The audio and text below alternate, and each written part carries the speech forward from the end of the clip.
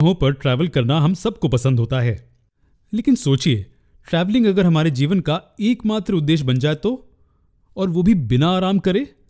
कहने की जरूरत नहीं है, ये हमें वास्तव में थका देगा और हम हार मान लेंगे। लेकिन हमारे शरीर में सेल्स बहुत समर्पित होते हैं, वे इतनी आसानी से हार नहीं मानते हैं। जब हम हमारे शरीर के अंदर ट्रैवलिंग की बात कर रहे हैं तो इसका मतलब कि हम ब्लड के बारे में बात कर रहे हैं। जी हां, यही सिर्फ एक ऐसा फ्लूइड कनेक्टिव टिश्यू है जो हमारे शरीर में बिना थके चलता रहता है। और इसके कारण क्या होता है? खैर, इससे ट्रांसपोर्टेशन का फंक्शन एफिशिएंटली होता है। किस प्रकार के मटेरियल्स ट्रांसपोर्ट किए जाते हैं? ऑक्सीजन जो सेल्स को भेजा जाता है, हम ये जानते हैं, है ना? उसी तरह सेल्स से कार्बन डाइऑक्साइड बाहर डिफ्यूज होता है और लंग्स तक भेजा जाता है। लेकिन क्या यहां इसके अलावा और भी कुछ है? खैर, बहुत से सब्सटेंसेस ब्लड के द्वारा पूरे शरीर में भेजे जाते हैं। इनमें से कुछ हैं हार्मोन्स, विभिन्न प्रोटीन्स, न्यूट्रिएंट्स और वेस्ट प्रोडक्ट्स। ट्रांसपोर्टेशन के अलावा चोट के दौरान इम्यूनोलॉजिकल एक्टिविटी और क्लॉटिंग भी ब्लड के मुख्य रोल्स हैं। चलिए अब ब्लड की एक्टिविटीज और फंक्शंस को बेहतर समझने के लिए इसके कंपोनेंट्स को देखते हैं। ब्लड में दो मुख्य कंपोनेंट्स होते हैं, प्लाज्मा नाम का फ्लूइड और उसमें सस्पेंडेड सेल्स। प्लाज्मा लगभग 90 to 95% पानी से बना होता है और बाकी में विभिन्न proteins, hormones, clotting factors, electrolytes और सो ऑन होते हैं।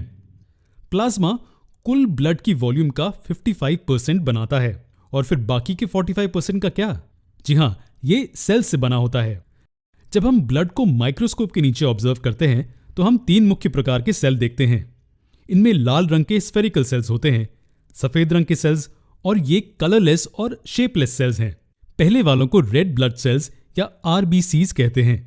इन्हें इरेथ्रोसाइट्स भी कहते हैं। अब ये सेल्स लाल रंग के क्यों होते हैं? खैर, ह्यूमन आरबीसी की विशेषता यह है कि इनमें न्यूक्लियस नहीं होता है। जी हां, या कहें कि ये इन्यूक्लिएटेड सेल्स होते हैं। इनके अंदर एक स्पंज जैसा मैट्रिक्स होता है जिसे हीमोग्लोबिन कहते हैं। जैसे कि नाम सुझाता है, हीम का मतलब आयरन होता है, इसलिए प्रोटीन के चेन्स के अंदर आयन होता है और ये वो आयन है जो सेल को लाल रंग देता है। अब हीमोग्लोबिन की मौजूदगी आरबीसी के लिए ऑक्सीजन को ट्रांसपोर्ट करना संभव बनाती है, क्योंकि हीमोग्लोबिन में आयन ऑक्सीजन मॉलिक्यूल से जुड़ जाता है और उन्हें सेल्स तक पहुंचाने में मदद करता है। अब हम इन सर्कुलर सेल्स की बात करेंगे जिन्हें व्हाइट ब्लड सेल्स कहते हैं। फिर से जैसे कि नाम सुझाता है, ये सफेद रंग के होते हैं। इन्हें ल्यूकोसाइट्स भी कहा जाता है और ये सेल्स इम्यूनोलॉजिकल फंक्शन करते हैं। जी हां, ये हमारे शरीर के रक्षक सेल्स होते हैं जो हमारे शरीर को हर मुमकिन इन्फेक्शन से बचाते हैं। यहां कई प्रकार के WBCs होते हैं जिन्हें उनके इम्यूनोलॉजिकल रोल के आधार पर क्लासिफाई किया जाता है। हालांकि अब हम इसके डिटेल्स में ना जाते हुए अगले प्रकार के सेल्स को देखेंगे। Irregular star shaped colourless cell को देखिए। इन्हें प्लेटलेट्स या थ्रोम्बोसाइट्स कहते हैं। खैर, इस छोटे से सेल का ब्लड में क्या काम होगा? ये बहुत ही जरूरी काम करता है। एक फिजिकल इंजरी को इमेजिन कीजिए जिसने टिश्यूज को नुकसान पहुंचाया है। फ्लूइड होने के कारण ब्लड इस जगह से बाहर आने लगता है। अब इस ब्लड को रोकने की जिम्मेदारी कौन लेता है? जी हां, प्लेटलेट्स लेते हैं। प्लेटलेट्स साथ मिलकर एक मेश या एक प्लग बनाते हैं और ये एक्सेसिव ब्लड फ्लो को रोकने में मदद करता है। ये प्रोसेस इतना आसान नहीं है क्योंकि इसमें एंजाइमेटिक एक्शन की जरूरत होती है। हालांकि हम अभी के लिए खुद को इन थ्रोम्बोसाइट्स तक सीमित करते हैं। खैर, ये था फ्लूइड के बारे में जो हमारे शरीर के सर्कुलेटरी सिस्टम में एक बहुत ही अहम भूमिका निभाता है। जरा रुकिए, हमने बहुत अहम क्यों कहा? क्या हमारे शरीर में कोई दूसरा फ्लूइड है जो ब्लड की तरह ही सर्कुलेट करता है? खैर हां, इसके बारे में जानने के लिए हमारा अगला वीडियो जरूर देखें।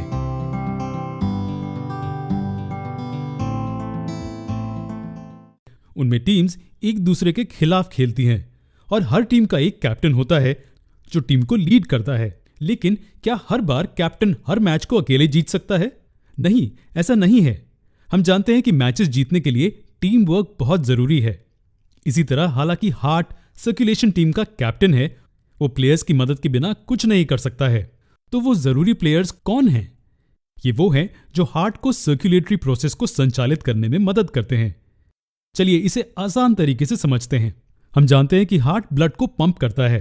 लेकिन यहां कोई ऐसा होना चाहिए जो इस ब्लड को सभी ऑर्गन्स तक पहुंचाए और फिर वापस हार्ट तक लेकर आए। ये काम हमारे शरीर में मौजूद ब्लड वेसल्स का है। जैसे कि नाम सुझाता है, ब्लड वेसल्स और कुछ नहीं लेकिन ब्लड कैरी करने वाले ट्यूब्स हैं।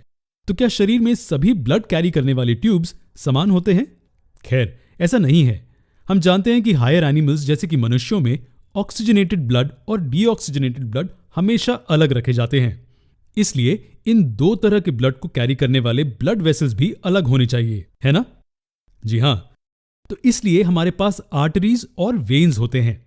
आर्टरीज वो ब्लड वेसल्स हैं जो सिर्फ ऑक्सीजनेटेड ब्लड कैरी करती हैं और वेन्स सिर्फ डीऑक्सीजनेटेड ब्लड कैरी करती हैं। जरा रुकिए, हमने कई बार ये टर्म ब्लड कैपिलरीज भी सुना है। ये क्या होते हैं? क्या ये सिर्फ आर्टरीज या वेन्स का दूसरा नाम है? नहीं, ऐसा नहीं है। आर्टरीज और वेन्स पतली होती हैं, लेकिन उनका डायमीटर उतना कम नहीं होता कि वो टिश्यूज में घुसकर सेल्स तक पहुंच सकें। इसलिए आर्टरीज जिनमें ऑक्सीजनेटेड ब्लड होता है, जब वो ऑर्गन या टिश्यूज तक पहुंचती हैं तो वो बहुत छोटे ट्यूब्स में डिवाइड हो जाती हैं। ये ब्लड कैपिलरीज होती हैं।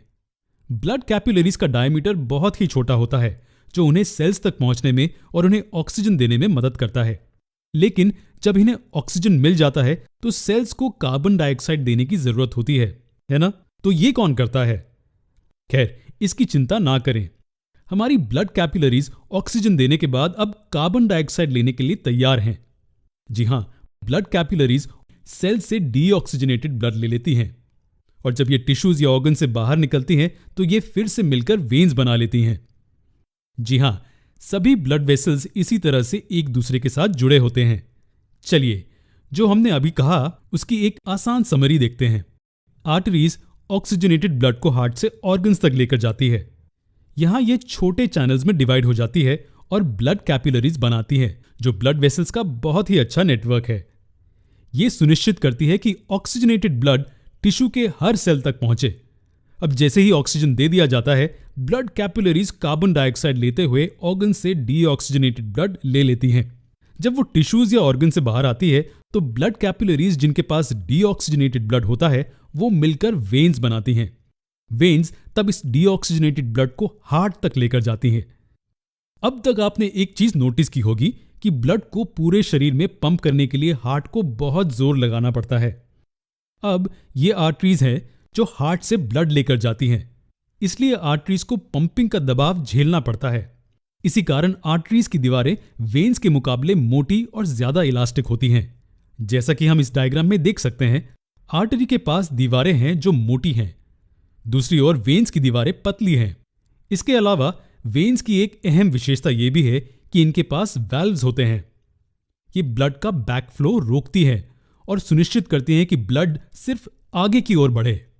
अंत में ब्लड कैपिलरीज की दीवारें सबसे पतली होती हैं। ये इसलिए क्योंकि उन्हें मेम्ब्रेन्स के आर पार मॉलिक्यूल्स को ट्रांसपोर्ट करना होता है। जी हां, ब्लड कैपिलरीज के पास एपिथेलियल सेल्स की सिंगल लेयर होती है जो इन दीवारों को बनाती हैं। इस तरह इनकी पतली दीवारें ऑक्सीजन और कार्बन डाइऑक्साइड के डिफ्यूजन में मदद करती हैं। तो ये था ब्लड वेसल्स के बारे में।